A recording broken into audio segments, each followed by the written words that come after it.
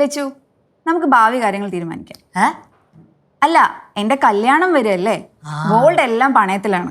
അപ്പൊ അതൊക്കെ ഒന്ന് എടുക്കണം. അയ്യോ, എത്രയും പെട്ടെന്ന് എടുക്കും ടീച്ചറെ. ഈ പലിശക്കാശൊക്കെ ഇങ്ങനെ കുന്നു പോയിക്കൊണ്ടിരിക്കുന്നത്. പിന്നെ സ്വർണത്തിനൊക്കെ എന്ത് വിലയാന്ന് പറഞ്ഞിട്ടാ. അതാണ് ഞാൻ പറയാൻ വന്നത്. അഥവാ ഡേ കെയർ റീസ്റ്റാർട്ട് ചെയ്യുന്നില്ലെങ്കിൽ എന്റെ പൈസ തന്നാ എനിക്ക് കുറച്ച് പൈസയുടെ ആവശ്യമുണ്ട്. കേശുവേ, കേശുടാ, ആ ടീച്ചറിന് കൊടുക്കാനുള്ള 50,000 കൊടുത്തേ. 50,000 രൂപ ആരും കൊടുക്കായി? ടീച്ചറെ ഞാനൊന്നുമല്ലല്ലോ മേടിച്ച, അമ്മായിയല്ലേ മേടിച്ച. അമ്മായി തരും. നിങ്ങൾ ഇങ്ങനെ പറഞ്ഞാൽ എങ്ങനെ ശരിയാവും?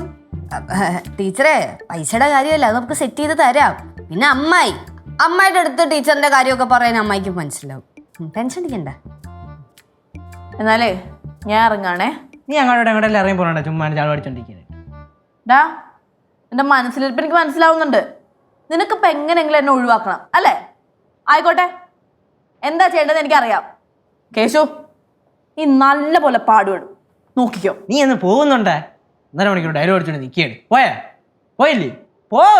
ഞാൻ പോവാ. അല്ലേ ചേച്ചി, മേരി ചേച്ചി, ഞാൻ പോവാണേ. വിദേശ പഠനം ആഗ്രഹിക്കുന്നവർ ഉടൻ വിളിക്കൂ 9001 9001 56 8000 8001 20.